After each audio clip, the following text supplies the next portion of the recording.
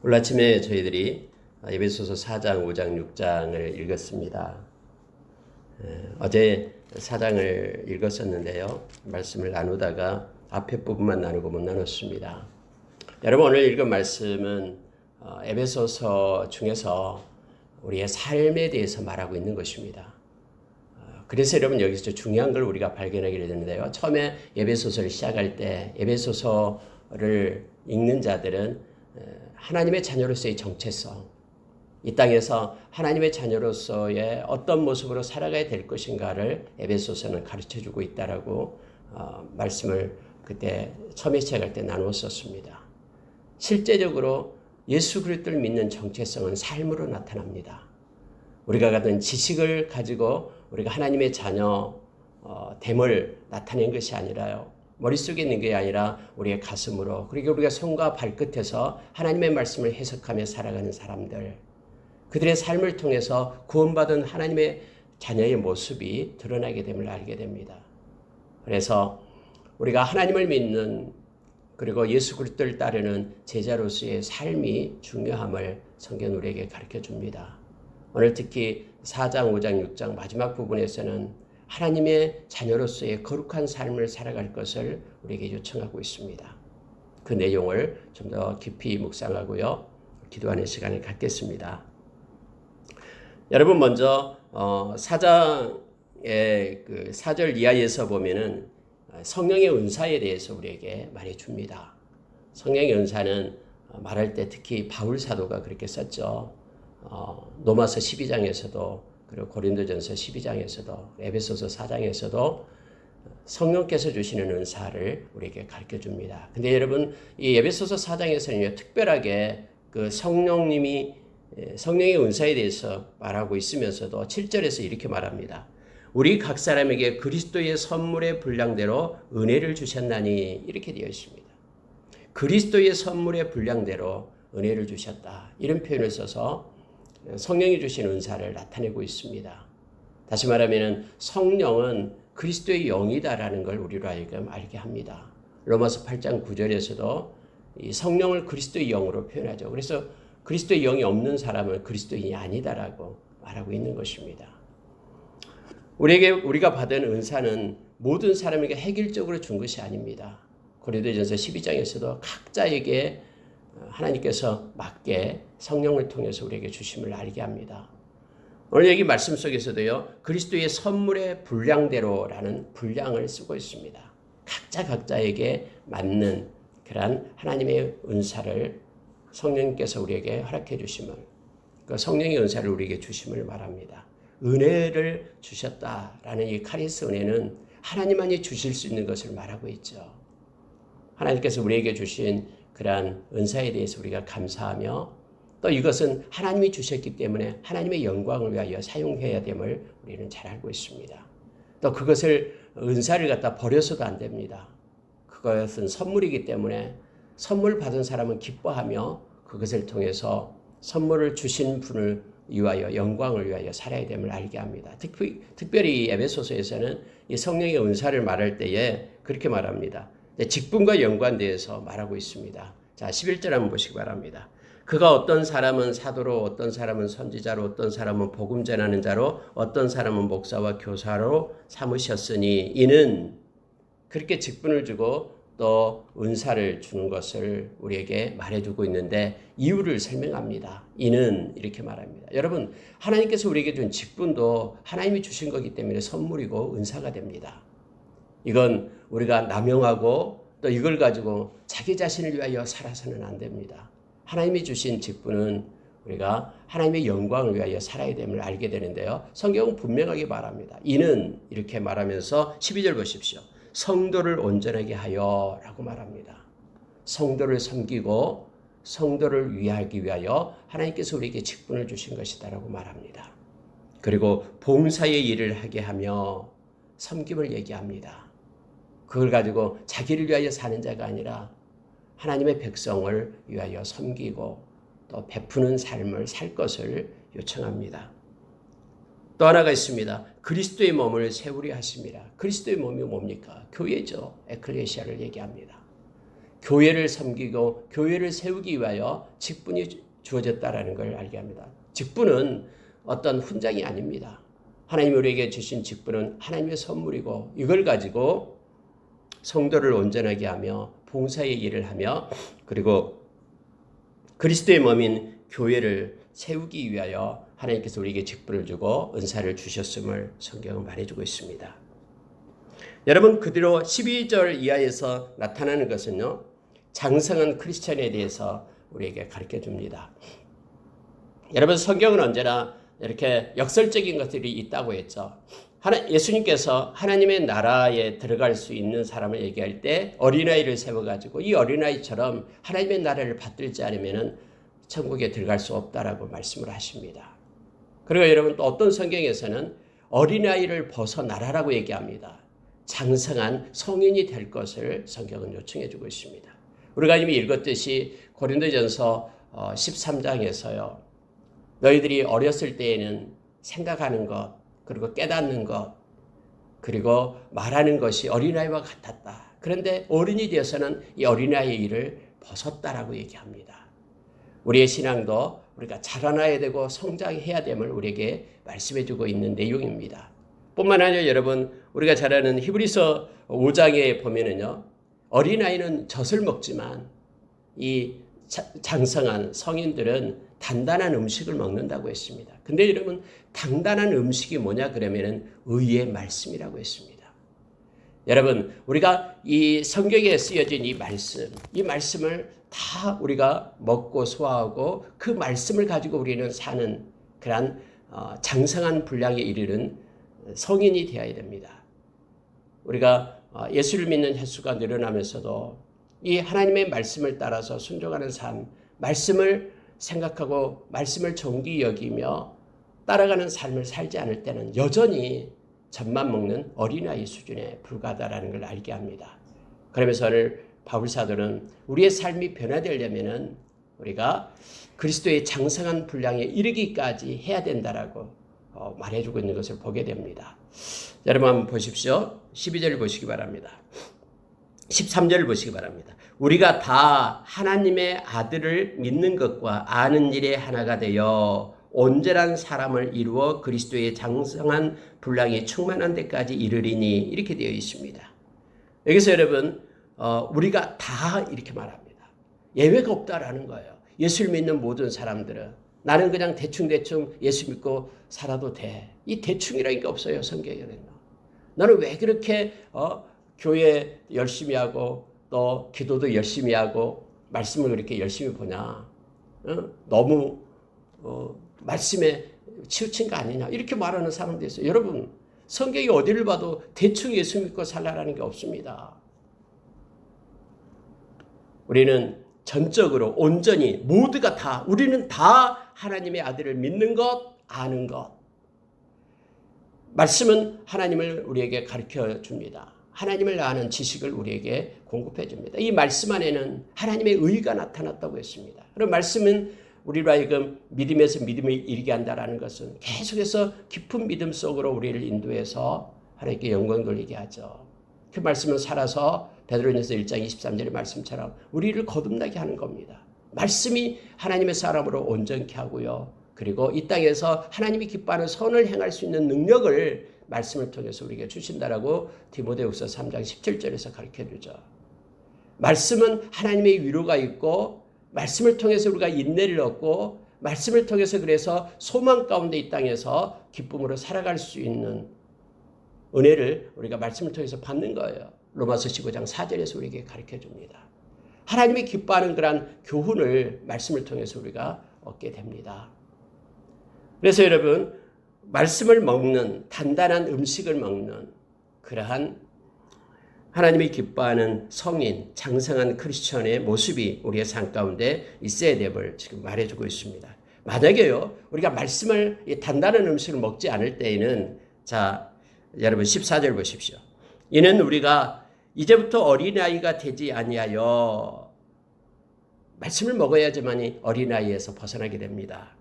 사람의 속임수와 간사한 유혹에 빠져 온갖 교훈의 풍조에 밀려 요동하지 않게 하려 함이라. 말씀이 없으면요 요동할 수밖에 없습니다. 말씀이 없으면은 그래서 데살로니가 후서에서요. 이 진리의 사랑이 우리 마음 가운데 없으면 말씀을 사랑하는 것이 없으면 우리는 요동하게 됩니다. 마치 아모스서 8장에서 기갈이 오는데 말씀이 없는 기갈. 이것이 온다고 했죠. 그래서 여러분 우리가 흔들리고 주저앉고 낙심하고요. 이렇게 됩니다. 세 가지 것을 오늘 말해주고 있는데 요동하지 않게 하려 합니다. 뭐에 요동하냐면요. 사람의 속임수에 빠집니다. 말씀이 없는 사람은 이 거짓 교사, 거짓 선지자의 이 속임수에 빠져요. 그러나 말씀을 붙들고 있으면요. 절대로 우리가 속지 않습니다. 말씀이 캐논이 되어 우리의 삶의 중거점이 되기 때문에 절대로 흔들리지 않습니다. 이게 장성한 자의 모습임을 우리에게 말해줍니다. 간사한 유혹에 빠져 이렇게 말하죠. 세상은 우리를 유혹합니다. 미혹이 있습니다. 세상의 유혹과 미혹. 뿐만 아니라 내 마음, 우리의 육신, 이 사르크스, 육신을 입고 있기 때문에 육신은 죄성이 있잖아요. 이 죄성이 있기 때문에요. 말씀이 없으면요. 이 육신을 쫓는 삶을 살 수밖에 없어요. 그러나 말씀은 우리 육신을 쫓는 삶에서 우리를 끄집어내어 성령을 쫓게끔 우리를 인도하십니다. 그래서 유혹에 빠지지 않는다라는 거예요. 여러분 유혹은 외부에서 오는 유혹도 있지만요. 우리의 내적인 유혹이 강해요. 죄성이 있기 때문에 그래요. 말씀으로 우리가 이것을 승리할 수 있습니다. 왜냐하면 우리가 히브리서 4장 12절의 말씀처럼 이 말씀은 어떤 칼보다도 예리합니다. 그래서 우리의 혼과 영과 관절과 골수를 찔러 쪼개게 하고 우리의 마음과 생각까지도 말씀이 감찰하기 때문에 우리에게서 난 이런 미혹과 유혹에서 죄성에서 우리는 넘어가지 않고 우리 자신을 지켜낼 수 있는 거예요. 외부로부터는 미혹과 유혹, 악한 자의 유혹도 역시 우리가 말씀으로 지켜냅니다. 그래서 오늘 여러분 말씀을 먹는 이 단단한 음식을 먹는 사람들은 사람의 속임수 또 간사한 유혹에 빠지지 않습니다. 뿐만 아니라 온갖 교훈의 풍조에 밀려 이렇게 돼 있죠. 여러분 세상은요. 이 바리새인 그리고 사두개인 헤롯의 이 누룩이 있어요. 누룩은 가르침을 얘기하잖아요. 이 세상에 풍조가 있습니다. 예수님께서 말씀합니다. 올리고피스토이라고 얘기하면서 왜 깨닫지 못하느냐.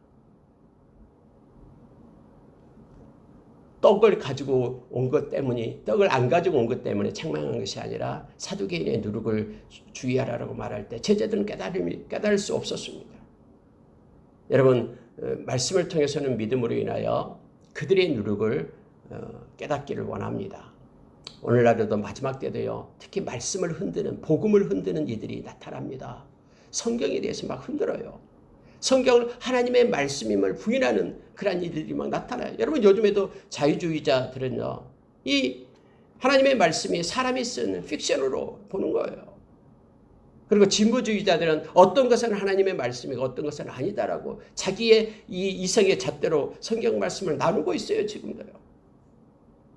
저와 여러분은 개혁주의 그리고 복음주의자들입니다. 이들은 온전히 이 말씀이 하나님으로부터 온 하나님의 말씀을 인정하며 이 말씀을 따라서 순종하며 살아가는 이들입니다. 우리가 성경에서 말씀했듯이 마지막 때에는 이 말씀이 너희를 심판하게 될 것이다. 우리가 그리스도의 심판대 앞에 섰을 때요. 이 말씀이 우리의 심판의 기준이 된다라고 말합니다. 여러분 그래서요. 우리가 온갖 교훈의 풍조에 밀려서 요동하지 않게 하기 위해서는 마지막 때에요. 특히 말씀을 가진 사람이 되어야 됩니다. 그래야지만이 그리스도의 장성한 분량에 이르는 하나님의 백성이 됨을 알게 합니다. 여러분 15절 보십시오. 오직 사랑 안에서 참된 것을 하여 범사에 그에게까지 자랄지라. 그는 머리니고 그리스도라 해서 우리가 예수 안에서 예수님께 점점 더 가까이 나가게끔 주님의 마음이 점점 더 커지고 주님의 뜻을 따라 성장하고 자라나는 하나님의 백성이 될 것을 성경은 요청해 주고 있습니다.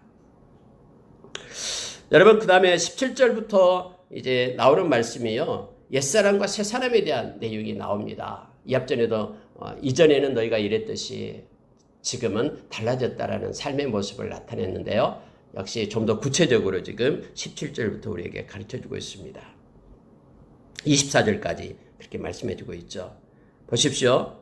우리가 옛사람의 모습을 성경은 말해주고 있습니다. 이런 모습이 이런 삶의 모습이 옛사람의 모습이다. 그런데 너희들은 이제 새사람이 되었기 때문에 삶의 모습이 달라져야 됨을 우리에게 말해주고 있습니다. 여러분, 우리가 로마서 12장에서 우리에게 가르쳐주고 있는 말씀 있죠. 12장 2절에서요. 우리의 마음이 먼저 새롭게 돼야지만이 우리가 하나님의 그런 온전하시고 기뻐하신 그 뜻을 우리가 알게 되죠. 그리고 우리가 마음을 새롭게 함으로 변화를 받아 마음이 새로워져야지만이 우리의 삶의 모습이 바꿔짐을 우리는 알고 있습니다. 지금 이 말씀이요. 이렇게 됩니다. 너희들의 옛날의 마음 상태, 옛사람의 마음 상태가 이렇다라고 마음을 먼저 지금 성경은 말해주고 있는 거예요. 그것을 보시기 바랍니다. 자, 17절을 보십시오. 그러므로 내가 이것을 말하며 주 안에서 증언하노니 이제부터 너희는 이방인이 그 마음에 허망한 것으로 행함같이 행하지 말라. 보십시오. 옛사람은요, 마음부터 보는데 마음에 허망한 마음이 있습니다. 헛된 것을 쫓는 허망한 마음을 가지고 삽니다. 자기의 의를 따라 사는 모든 삶은 다 허망한 삶이라고 성경은 분명히 얘기합니다. 하나님의 의를 쫓는 삶이 마음에 하나님의 의가 있어야지만이 그가 아름답고 보람있고 그런 유익한 인생이 되는 것이죠. 하나님의 의가 마음속에서 없어지는 순간부터요, 다 허망한 것을 쫓게 되어 있습니다. 허망한 마음을 가지고 사는 삶. 그러나 우리는 의를 가지고 사는 거죠. 여러분 24절 보십시오. 하나님을 따라 의와 진리의 거룩함으로 지으심을 받은 새 사람을 입으라. 이 의를 얘기할 때는 하나님의 의를 말합니다. 디카요슈레라는 하나님의 의를 얘기하죠. 그러니까 마음에 옛사람은 하나님의 의가 없어요. 그래서 허망한 마음으로 살아갑니다. 오늘날 예수 믿지 않는 사람이, 마음속에 예수 그리스도를 없는 사람이 다 그렇습니다. 그들이 고귀한 인생의 목표를 가지고 산다고 하지만 결국 자기의 의를 위하여 사는 거예요. 자기의 이름을 위하여. 자, 여러분 18절 보시기 바랍니다. 그들의 총명함이 어두워지고 그들 가운데 있는 무지함과 그들의 마음이 굳어짐으로 말미암아 하나님의 생명에서 떠나 있도다. 그들에게는요, 생명이 없어요. 오직 생명은 하나님께만 있죠. 즉 예수님께만 생명이 있어요. 그래서 예수님을 영접하고 예수님이 그의 마음속에 있는 사람만 생명이 있는 거예요. 그 생명이 바로 우리에게 주는 영원한 생명이 되는 것이죠. 그래서 여러분, 이 마음 가운데요, 생명이 없고요, 마음이 굳어졌다라고 얘기합니다. 그리고 어두워지고요, 무지함으로 가득 차 있어요. 무지함이라는 것은 하나님을 아는 지식이 없다라는 거예요. 생명 대신 하나님을 아는 지식이 없어요. 이게 옛사람의 특징이에요. 옛사람은 그래서 마음부터 허망하고요, 굳어졌고요, 감각이 없습니다. 하나님을 아는 지식이 없어요.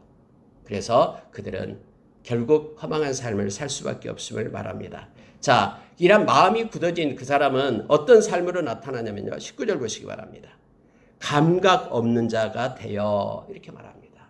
무엇이 옳고 무엇이 그른지, 어떤 것이 선인지, 어떤 것이 하나님이 기뻐하는 것이 감각이 없어요. 화인 맞은 양심이 돼가지고요, 전혀 느끼지 못해요. 마치 마음에 나병이 든 것처럼 느끼지 못합니다. 자기 감정에 좋을 대로 행하는 거예요.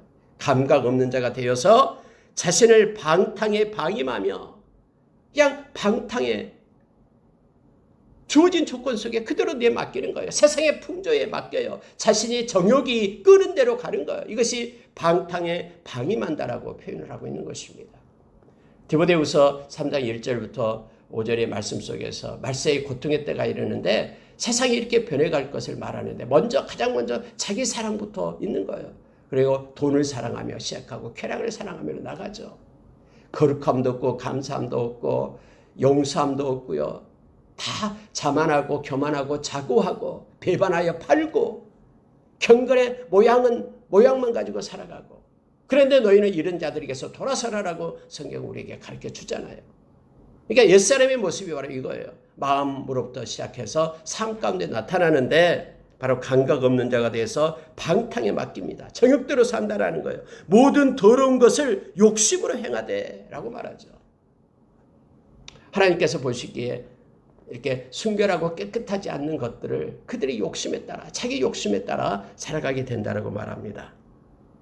오직 너희는 그리스도를 이같이 배우지 아니하였느냐. 예수 믿는 사람은 그러한 삶을 살아서는 안 된다라고, 옛사람을 벗어버리라라고 말합니다. 너희는 22절입니다. 유혹의 욕심을 따라 썩어져가는 구습을 따르는 옛사람을 벗어버리고 오직 너희 심령이 새롭게 되어 하나님을 따라 의와 진리의 거룩함으로 지으심을 받은 새 사람을 입으라. 삶을 통해서 하나님의 자녀라는 그런 정체성을 드러내라라고 얘기합니다. 무늬만 하나님의 백성이지 삶은 하나님 백성과 백성이 아닌 것과 똑같아요. 이러한 삶에서 구별되고 거룩한 백성이 될 것을 지금 말합니다. 삶을 통한 정체성을 나타내고 있는 것입니다. 특히 여러분, 우리의 심령이 새롭게 되어 이렇게 말하죠. 우리의 마음 가운데 하나님의 말씀이 있어서 장성한 그런 크리스천, 이렇게 될 때 말씀을 기준으로 해서요, 마음이 새롭게 됩니다. 말씀은 마음과 생각을 감찰하기 때문에요. 그래서 우리의 심령이 새롭게 될 때 우리가 변화를 받게 됨을 알게 합니다. 그렇게 돼서 세 가지를 얘기하면 의와 진리의 거룩함, 이렇게 되어 있는데요. 의와 진리와 거룩함을 얘기합니다. 이것은 여러분 히브리서 12장에서도 동일한 맥락으로 말해주고 있죠. 히브리서 12장에 보면은 하나님께서는 당신의 자녀를 책망한다고 했죠. 만약에 책망하지 않는 자녀가 있다 그러면 그건 하나님의 자녀가 아니다라고 얘기합니다. 뭘 책망합니까? 세 가지를 얘기하죠. 거기에서 하나님의 거룩함으로 돌아오기를. 거룩함은 구별됐다라는 거예요. 세상에 속한 자가 아닌데 세상에 속한 자처럼 삶을 살고 있기 때문에 하나님께 속한 자로 분리해라라는 거예요. 이게 거룩함이에요. 거룩함을 회복하기 위하여 하나님 우리를 책망한다고 얘기합니다. 그리고 하나님의 의를 가지고 살아야지만이 허망한 인생 안 사니까 하나님의 의를 따라서 하나님의 뜻과 마음을 가지고 살기를 하나님이 살게끔 세우기 위하여 우리를 책망한다고 합니다. 그리고 하나님의 평안, 하나님이 주신 평강으로 살 것을, 평안을 가지고 살 것을 우리에게 말해주고 있죠. 오늘 여기서는 의에 대해서 또 거룩함, 그리고 진리의 거룩함, 이렇게 표현을 합니다. 하나님의 말씀, 진리, 이것으로 살아갈 것을, 이것으로 사는 새 사람으로 우리가 변화될 것을 요청해 주고 있습니다. 그러면서 여러분요, 25절부터 5장으로 쭉 연결이 됩니다. 계속해서 삶 가운데 이제 구체적으로 마음이 변화된 사람의 그런 삶이 어떤 모습으로 돼야 되는가, 여러분 구체적으로 가르쳐줘요. 여러분 성경은요, 이렇게 너무나 세미하고요, 디테일한 것까지 우리에게 가르쳐줘요. 내 성경을 말씀 묵상하면 우리의 삶의 변화가 오게끔, 처음에 마음의 변화가 받고, 마음에 하나님의 의, 진리의 거룩함으로 마음이 새롭게 되고 심령이 변화되어서 삶 가운데 어떻게 드러나냐. 첫째, 여러분, 거짓을 버리라, 이거예요. 자, 25절에서는 거짓을 버리고 각각 그 이웃과 더불어 참된 것을 말하라. 이는 우리가 서로 지체가 됨이라 해서 참된 것을 말하라, 이거예요. 참에 여러분, 거짓된 것을 버리는 것입니다. 그리고 진실된 것을 말하는 것, 이걸 훈련을 해야 됩니다. 거짓된 것이 입에서 나오려면 입을 막아야 돼요. 그리고 하나님께 회개하고 진실된 것을 얘기해야 됩니다. 두 번째는 여러분, 26절에 보면은요, 분을 내어도 죄를 짓지 말고 분을 품지 말고, 해가 지도록 분을 품지 말고 마귀에게 틈을 주지 말라. 여러분, 우리의 삶 가운데요, 이 분노, 이것을 없애야 됩니다. 화를 내지 말아야 돼요. 물론 때로는 화가 날 수도 있죠. 근데 빨리 깨닫고 그 화를 지워야 됩니다. 해가 지도록 불을 품지 말라라고 얘기합니다. 왜냐하면 이 분노하고요, 막 이렇게 마음에 분이 있으면요, 틀림없이 악한 자가, 사탄이 와서 이걸 가지고 이용을 해요. 그래서 여러분 성경 야고보서 1장에서 우리가 잘 알고 있잖아요. 말하기는 더디하고 듣기는 속히 하고 성내기도 더디하라. 사람의 성내는 것이 하나님의 의를 이루지 못함이니라. 절대로 화가 나고 성낸 상태에서 어떤 걸 결정하면 절대로 하나님의 의를 이룰 수 없다라고 얘기합니다. 그래서 우리가 행여나 분노의 마음이 있으면요, 이 분노한 상태에서 뭔가를 결정해서는 안 됩니다. 다 내리고 성령의 인도하심 받아서 하나님께 맡기면은 분노가 없어지게 되죠. 그래서 삶 가운데 분을 품지 말라, 이거 얘기하면 두 번째입니다. 세 번째는 여러분 말하는 게 뭐냐면요, 도둑질을 하지 말고요, 자, 가난한 자에게 구제할 수 있도록 자기 손으로 수고하여 선한 일을 하라. 선한 일을 하라라는 거예요. 누군가를 베풀고 섬기는 선한 일을 행하라라는, 자기 손으로 수고한 선한 일을 행하라라는 거예요. 남의 것 갖다가 자기 것인 양 그것 가지고 선한 일을 하지 말고요. 훔친 촛불로 성경을 읽지 말라라고 했어요. 여러분, 목적이 좋으면 수단은 아무렇게나 해도 상관이 없다고요? 그렇지 않습니다. 하나님은 과정을 보고요. 그 모든 걸 보기 때문에요. 그래서 여러분, 성경에서 창녀와 그리고 남창의 물질을 하나님의 전에 드리지 말라라고 한 거예요. 무슨 얘기냐면요. 우리의 과정과 마음이 중요합니다. 비록 사람의 눈에는 우리가 초라하게 보일지 몰라도요. 그 일을 이루지 못했기 때문에 세상 사람들은 결과를 가지고 따지잖아요. 그러나 하나님은 과정을 가지고 따져요.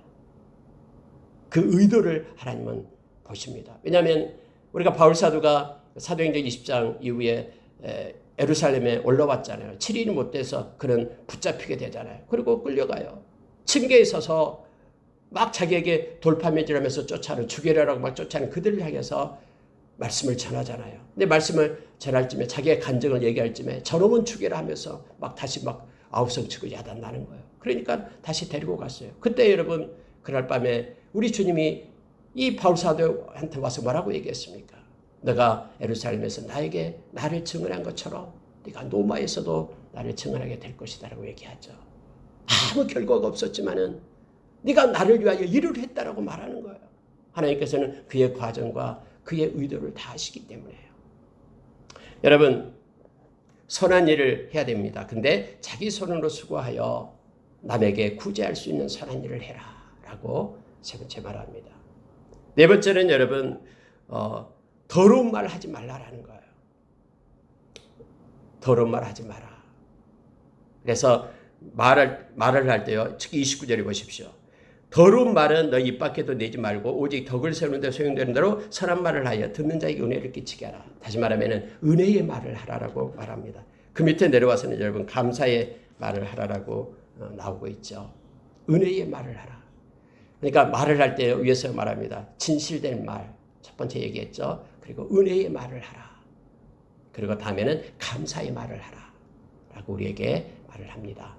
성경은 우리에게 가르쳐 줍니다. 여러분 다섯 번째는요. 자 30절 보십시오. 하나님의 성령을 근심하게 하지 말고 그 안에서 너희가 구원의 날까지 인치심을 받았느니라. 성령을 근심하게 하지 말라. 이 말은요. 성령의 인도하심을 받으라라고 얘기합니다.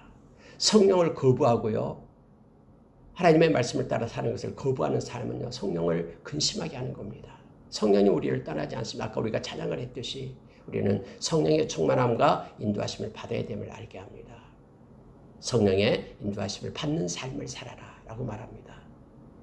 그리고 여섯 번째는 자 31절에 나옵니다. 악독과 노함과 분냄과 떠드는 것과 비방하는 것을 모든 악의와 함께 버리고 이 말은요.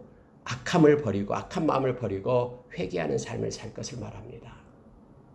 악한 것 우리는 마음 가운데 일어나는 모든 것들을 회개하고 우리는 죄성을 가졌기 때문에 이러한 것들이 일어나요. 그런데 그때마다 예수님의 십자가의 보혈로 우리는 회개하는 삶을 살 것을 말해주고 있습니다. 일곱 번째 32절에 보니까요. 서로 친절하게 하며 불쌍하게 여기며 서로 용서하기를 하나님의 그리스도 안에서 너희를 용서하신 것처럼 용서를 하라고 말합니다. 여러분 용서하기가 얼마나 힘든지 우리를 힘들게 하고 우리를 망하게 하고 이러한 상태까지 놓이게 했던 그 사람. 근데 그 사람은 막 승승장구 잘 돼요. 이런 걸 볼 때 그 사람을 볼 때마다 마음에 분노가 있고 용서하기가 어렵습니다. 그러나 용서는 다른 사람을 위해서가 아니라 내 자신을 위하여 용서할 것을 말합니다. 우리 주님이 십자가에서 자기를 못 박이는 자를 용서하셨듯이 우리도 용서하는 삶을 살 것을 이것이 새 사람을 입은 사람의 삶의 모습임을 나타냅니다. 그래서 여러분 사장에서는 이렇게 7가지를 쭉 말씀을 해주고 있습니다. 진실된 말을 하라. 분을 품지 말라. 선을 행함으로 베풀라. 그리고 은혜의 말을 하라. 그리고 성령을 거스르지 말고 성령을 쫓는 삶을 살아라. 회개하는 삶을 살아라. 용서해라. 라는 7가지 말씀을 쭉 해주고 있음을 보게 됩니다. 5장으로 연결이 됩니다. 5장에서는 여러분 자 2절에 보십시오. 그리스도께서 너희를 사랑하신 것 같이 너희도 사랑 가운데 행하라. 사랑을 가지고 행하지 않는 모든 것은 헛것이다라고 이미 우리에게 성경은 말해주고 있죠. 사랑 가운데 행하라. 예수님처럼 사랑 가운데 행하라라고 8번째로 얘기합니다. 그가 우리를 위하여 자신을 버리사 향기로운 제물과 희생 제물로 하나님께 드리셨느니라. 예수님께서 우리 때문에 당신이 희생 제물이 된 것처럼 당신의 생명을 주고 우리를 사랑한 것처럼 너희도 그리스도의 제자로서 사랑을 가지고 행하라 라고 말합니다. 9번째 3절에 보십시오. 음행과 온갖 더러운 것과 탐욕은 너희 중에서 그 이름조차도 부리지 말라. 이는 성도에 마땅한 바니라. 여러분 3가지를 얘기하는데요. 음행, 또 더러운 것 말합니다. 음행, 더러운 것, 온갖 더러운 거예요. 모든 더러운 것. 이것은 깨끗하지 않는 것, 순결하지 않는 것을 얘기합니다. 그리고 탐욕. 이것은 아예 버려라라는 거예요. 산 가운데. 자, 이것이요. 5절로 연결된 5절 보십시오. 너희가 정녕 이것을 알거니와 음행하는 자나 더러운 자나 탐하는 자 곧 우상 숭배자는 다 그리스도와 하나님의 나라에서 기업을 얻지 못하리니. 똑같은 얘기를 하고 있는 거예요. 그래서 음행하는 자, 그리고 더러운 자, 그리고 탐하는 자. 특히 탐하는 자가 우상 숭배를 얘기합니다. 왜 여러분 우상이라는 게 뭡니까? 자기의 욕심을 위하여 만들어낸 것이 우상이죠. 그래서 우상은 사람 자기를 위하여 만든 게 우상이에요. 자기의 평안을 위하여, 자기가 잘되고 풍요로움을 갖기 위하여 막 풍요의 신, 세상의 신을 따라가는 거예요. 이 3가지 것을 버려라라고 얘기합니다. 그리고 이것은 이름조차도 부리지 말라라고 9번째로 얘기하고 있습니다. 그리고 10번째로 여러분 4절에 보시기 바랍니다. 누추함과 어리석은 말이나 희롱하는 말은 마땅하지 아니하니 오직 감사하는 말을 하라. 이 감사의 말을 할 것을 우리에게 말합니다. 이 누추함이 뭔지 아십니까? 누추함요. 그 obscenity를 영어로는 표현하는데 obscenity가 뭐냐면요. 음담패설을 얘기합니다. 음담패설을 얘기하는 거예요. 외설을 얘기해요. 막 어떤 사람 자랑 삼아 막 이런 말하는 거죠. 이것은요. 믿는 자에게는 맞지 않아요. 이거 버려라라고 말합니다. 그리고 어리석은 말, 희롱의 말 이거 버리고 대신 믿는 자는 감사의 말을 하라. 오늘 여러분 말에 대해서 많이 나오는데 진실한 말을 하고 은혜의 말을 하고 감사의 말을 할 것을 성경이 우리에게 말합니다. 피차에 무난하라 할 때는 위로의 말을 할 것을 또 얘기하죠. 그래서 그리스도인이 말하는 것은 말에 대해서 4가지 것을 새롭게 변화될 것을 요청하고 있음을 보게 됩니다. 여러분, 저와 여러분은 이제 새 사람입니다. 새 사람은요, 빛의 자녀의 모습임을 성경 우리에게 가르쳐 주는데, 자, 8절을 보시기 바랍니다. 너희가 전에는 어둠이더니 이제는 주 안에서 빛이라. 빛의 자녀들처럼 행하라. 이게 새 사람의 모습이에요. 빛의 자녀들은 빛의 열매를 맺는데요, 착함과 의로움과 진실함이 있다라고 말합니다. 이것이 아까 말하는 위에서 말하는 3가지 음행과 더러운 것과 탐욕의 반대 개념이에요. 이것들은 옛사람의 모습이지만은 다 자기 탐심을 가지고 살지만은 그러나 새 사람인 저와 여러분은 빛의 자녀로서 착함과 의로움과 진실함을 가지고 삶 속에 살아가는 이들이다라고 우리를 가르쳐주고 있습니다. 계속해서 여러분 이 바울사도는 우리의 삶을 지금 강조하고 있어요. 반복해서 말하는 거 그거 11절 보십시오. 너희는 열매 없는 어둠의 일에 참여하지 말라. 열매 없는 어둠의 일. 그들이 행하는 모든 것들의 결론은 열매 없는 허망한 삶이다라는 거예요. 그게 아까 말하는 그 음행과 더러운 것과 탐하는 것임을 말해주고 있습니다. 14절 보시기 바랍니다. 그러므로 이르시기를 잠자는 자여 깨어서 죽은 자들 가운데서 일어나라. 죽은 자들 따라가지 말라라는 거예요. 열매 없는 어둠의 것들에서 벗어나서 일어나서 그리스도께서 너에게 비추시는 빛을 따라 빛의 자녀로서의 빛의 열매, 착함과 의로움과 진실함의 삶을 살 것을 우리에게 요청해 주고 있습니다. 자, 여러분, 그러면서 우리가 늘 묵상하는 말씀 15절부터 한번 21절까지 말씀을 보십시오. 물론 여러분 지금 말씀이 굉장히 많은 것들이 나타나고 있지만요. 그러나 말씀은 서로 연결되어 있기 때문에 우리는 충분히 이 말씀을 마음속에 받아들일 수 있습니다. 어떻게 행할지 자세히 주의해보라. 너희들이 옛사람의 삶을 살 것인지 아니면 새사람의 삶을 살 것인지 어떻게 행할지를 자세히 주의하여 보라라고 말합니다. 그러면서 이 세상은 악하다라는 것은요, 이 세상은 악한 이 세상에서 너희들은 잠깐 잘못하면은 이 세상에 속한 자들은 허망한 인생을 살아갈 수밖에 없다. 그러니 세월을 아끼라라고 얘기합니다. 여러분이 세월을 아끼다라는 것은 기회를 살아라는 뜻이죠. 하나님께서 너에게 주신 인생의 길이 동안에 다른데 허망한 삶 살지 말고 하나님이 주신 이 기회를 잘 선용해서 하나님의 영광을 돌리는 삶을 살 것을 지금 말해주고 있는 것입니다. 그러면서 이 허망한 삶, 세월을 아끼는 삶이 첫째가 뭐냐면요, 이거예요. 하나님의 뜻을 분별하는 것입니다. 그래서 17절에 오직 주의 뜻이 무엇인지 이해하라. 여러분, 주님의 뜻이 아닌 것을 행하는 것은 허망한 삶을 사는 거예요. 하나님의 뜻은 어디에 있습니까? 고린도전서 2장에 보면은 하나님의 뜻과 하나님의 마음은 성령께서 가르쳐 주신다라고 우리에게 말합니다. 성령께서는 하나님의 감동으로 이 말씀이 쓰여졌다라고 했지. 하나님의 감동이라는 것은요, 이 호흡이에요, 푸누마. 즉 성령의 인도하심 속에 성령으로 인하여 말씀이 쓰여졌다라는 거예요. 그래서 하나님의 뜻은 이 하나님의 말씀 가운데 있습니다. 하나님의 말씀을 깨닫고 하나님의 뜻을 알고 하나님의 마음을 갖는 것이 세월을 아끼는 것임을, 우리에게 주어진 인생 속에서 허망한 삶을 살지 않는 것임을 우리로 하여금 알게 합니다. 그러면서 여러분, 술 취하지 말라라고 얘기합니다. 이는 방탕한 것이 오직 성령 충만함을 받아라. 이 술 취한다라는 것은 세상의 삶을 얘기하고 있는 것이죠. 옛사람의 삶을 얘기하고 있는 것입니다. 그러나 저와 여러분은 술 대신에 성령의 충만함, 성령의 취하기를 말하고 있는 것입니다. 하나님의 뜻을 알고 하나님의 뜻을 가르쳐 주신 분은 성령님인데, 그래서 성령 충만한 삶을 살게 될 것을 말합니다. 성령 충만한 삶을 살게 될 때 우리는 시와 찬송과 신령한 노래로 하나님께 영광을 돌립니다. 그리고 우리의 마음으로 주께 노래하고 찬송하고요, 또 범사에 우리 주 예수 그리스도의 이름으로 하나님께 감사하는 삶을 살아갈 수 있음을 성경은 연결해서 우리에게 말합니다. 그리스도를 경외함으로 피차 복종하면서 서로를 존중하며 살아가는 삶을 살 수 있음을 말해주고 있습니다. 그리고 여러분, 특히 이 관계적인 이제 삶까지 만지고 있습니다. 가정에서의 아내와 남편, 그리고 부모와 자녀, 또 종과 상전, 이 관계를 하나님의 자녀로서 어떻게 살아야 될 것인가를 말해줍니다. 여기까지만 말씀을 나누고요, 말씀을 마치겠습니다.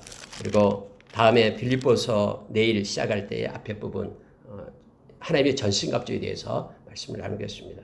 여러분, 여기 5장 22절부터 6장 9절까지 말씀이 관계에 대한 말씀입니다. 어떤 식으로 삶 가운데 서로 관계 속에서 살아갈 것인가. 첫째, 가장 빠른 거 아내들에서 얘기하죠. 남편에게 복종하라 라고 얘기합니다. 이거에 대해서 페미니즘에 속한 사람들은 막 성경에 이런 게 있냐라고 막 대듭니다. 이걸 하게 돼. 그런데 여러분요, 여기서 우리가 중요한 강조를 놓치고 있어요. 무조건 복종해라라는 게 아니에요. 왜냐하면 33절에 보십시오. 그러나 너희도 각각 자기의 아내 사랑하기를 자신같이 하고, 이 결론을 얘기하는 거예요. 자녀도 자기 남편을 존경하라 라고 말하죠.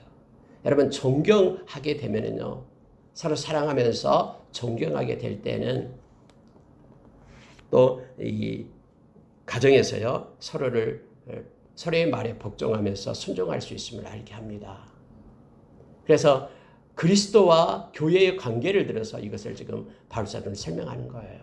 우리가 그리스도에게 우리를 사랑하는 그분께 우리가 존경하며 그분을 경외하듯이 그 관계 속에서 아내는 남편을 존경하면서 그의 말을 순종할 것을 요청하고 있는 거예요. 그리고 여러분, 남편은 아내 사랑하기를 그리스도가 교회 사랑하는 것처럼 사랑해라 라고 25절에 말하고 있죠. 생명을 주고 사랑했듯이 사랑하라고 말합니다. 특히 여러분 28절 보십시오. 이와 같이 남편들도 자기 아내 사랑하기를 자기 자신과 같이 할지니 자기 아내를 사랑하는 자는 자기를 사랑하는 것이니라. 결국 자기 아내를 사랑하는 것이고 자기를 사랑하는 것이다라고 말하면서 생명을 주어 교회를 세웠듯이 예수님께서 그렇게 사랑할 것을, 그래서 결국은 이 복종하고 사랑하는 내용이 아까 33절에서 말하는 거예요. 사랑하고 존경할 것을 우리에게 말합니다. 이것이 아내와 부부의 관계를 말합니다. 남편과의 관계. 그리고 여러분 6장에 가면 자녀들은 부모를 순종하라라고 부모께 말하고 있죠.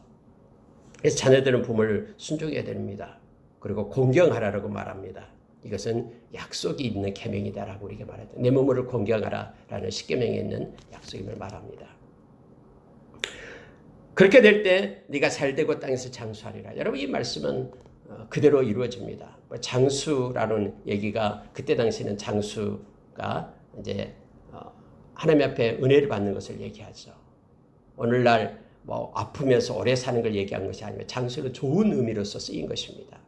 하나님께서 복을 주시고 하나님께서 그 생명의 길이를 하나님께서 정하시고 인도하신다라는 뜻입니다. 그의 인생을 복되게 하겠다라는 말입니다. 부모에게 이렇게 순종하면서 부모를 공경하는 자녀들은요, 하나님이 책임집니다. 말씀처럼요.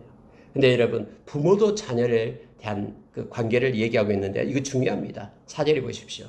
아비들아, 너희 자녀를 노엽게 하지 말고 오직 주의 교훈과 훈계로 양육하라. 부모는요, 반드시 자녀들에게 주의 교훈과 훈계로, 말씀으로 양육을 해야 됩니다. 말씀의 양육을 하지 않고 왜 자녀가 부모를 공경하지 않냐 하면서 이것만을 주장해서는 안 됩니다. 절대로 아이들을 노엽게 하지 마라. 그의 마음을 상하게 하고요. 그를 학대하거나 그렇게 하지 말라라고 얘기합니다. 말씀으로 양육할 것을 말해주고 있고 자녀는 부모를 공경할 것을 말합니다. 그래서 기독교가 효의 종교입니다. 성경에서 우리에게 가르쳐주죠. 종과 상전의 관계만 보고 마치겠습니다. 여러분 종은요. 나는 그 종에서 막 떠나라 이런 내용이 아니에요. 성경에서는 분명히 얘기하는데 성실한 마음으로 순종해라라고 말합니다. 특히 6절 보십시오. 눈가림만 하여 사람을 기쁘게 하는 자처럼 하지 말고 그리스도의 종들처럼 마음으로 하나님의 뜻을 행하고 이렇게 말합니다. 여러분 누구의 아래에 있는 사람은요 반드시요 성실한 마음이 있어야 됩니다. 그리고 사람의 눈을 보고 눈가림으로 해서는 안 되고요. 성실하게 행하되 특히 그리스도의 종이라는 것을 기억하고 그리스도의 종처럼 행할 것을 우리에게 말합니다. 그러면은 여러분 8절에 이것이 나타납니다. 기쁜 마음으로 선결하라고 얘기하죠. 이는 각 사람이 무슨 선을 행하든지 종이나 자유인이나 주께로부터 그대로 받을 줄 압니다. 이거예요. 여러분 우리가 악한 그런 그 상전이 있어요. 악한 상전에게도 우리가 성실하게 해야 됩니까? 당연하죠. 마음에 하나님의 그리스도의 종으로 우리가 성실하게 일을 해야 됩니다. 왜냐하면 그때 그렇게 되면 악한 종이 갑자기 마음이 바뀌어져가지고 막 착하게 되고 이런 뜻이 아니에요. 하나님은 이걸 보고 계시고 비록 악한 종에게 내가 성실함을 행하면은 성실한 그 종에게 하나님이 주시겠다고 약속한 거예요. 주께로부터 그대로 받을 줄을 아니라. 하나님이 다른 방법으로 그 종을 축복해 주는 거예요. 악한 상전으로부터가 아니라. 그래서 우리가 이걸 기억해야 됩니다. 어떤 사람이든요. 위에서 막 나쁜 사람이야. 나쁜 사람한테도 막 밑에는 성실하게 행하는 거예요. 그러면 그 나쁜 사람이 변화돼 가지고 야 이렇게 뭐 바꿔주고 이게 그런 의미가 아니에요. 성경은요. 비록 그는 계속해서 악할지라도 나는 말씀을 붙들고 성실하고 그렇게 진실된 삶을 살면 하나님께서 너를 보시고 하나님이 다른 방법으로 너에게 주신다라고 말합니다. 그대로 받을 줄을 알미라. 주께로부터 받는다라고 성경은 가르쳐줍니다. 상전들에 대해서 말합니다. 너희들 위에 하나님이 계시다. 그러니 언제나 하나님을 기억하며 아래에 있는 사람들에게 관용하고 선을 베풀 것을 성경은 말해주고 있습니다. 여러분 지금 바울사도는요 이러한 가정으로부터 삶에 대한 관계에서도 하나님의 자녀로서의 정체성을 가지고 살 것을 우리에게 말해주고 있습니다. 오늘 하루도 여러 사람을 만나고 행하는 일들 가운데 있을 겁니다. 우리가 예수 그리스도의 제자로서 하나님의 자녀로서의 그런 정체성을 가지고 오늘 여러 가지 것들을 나눴습니다. 하나님의 마음을 가지고 살아가는 저와 여러분 되기를 원합니다. 기도하겠습니다.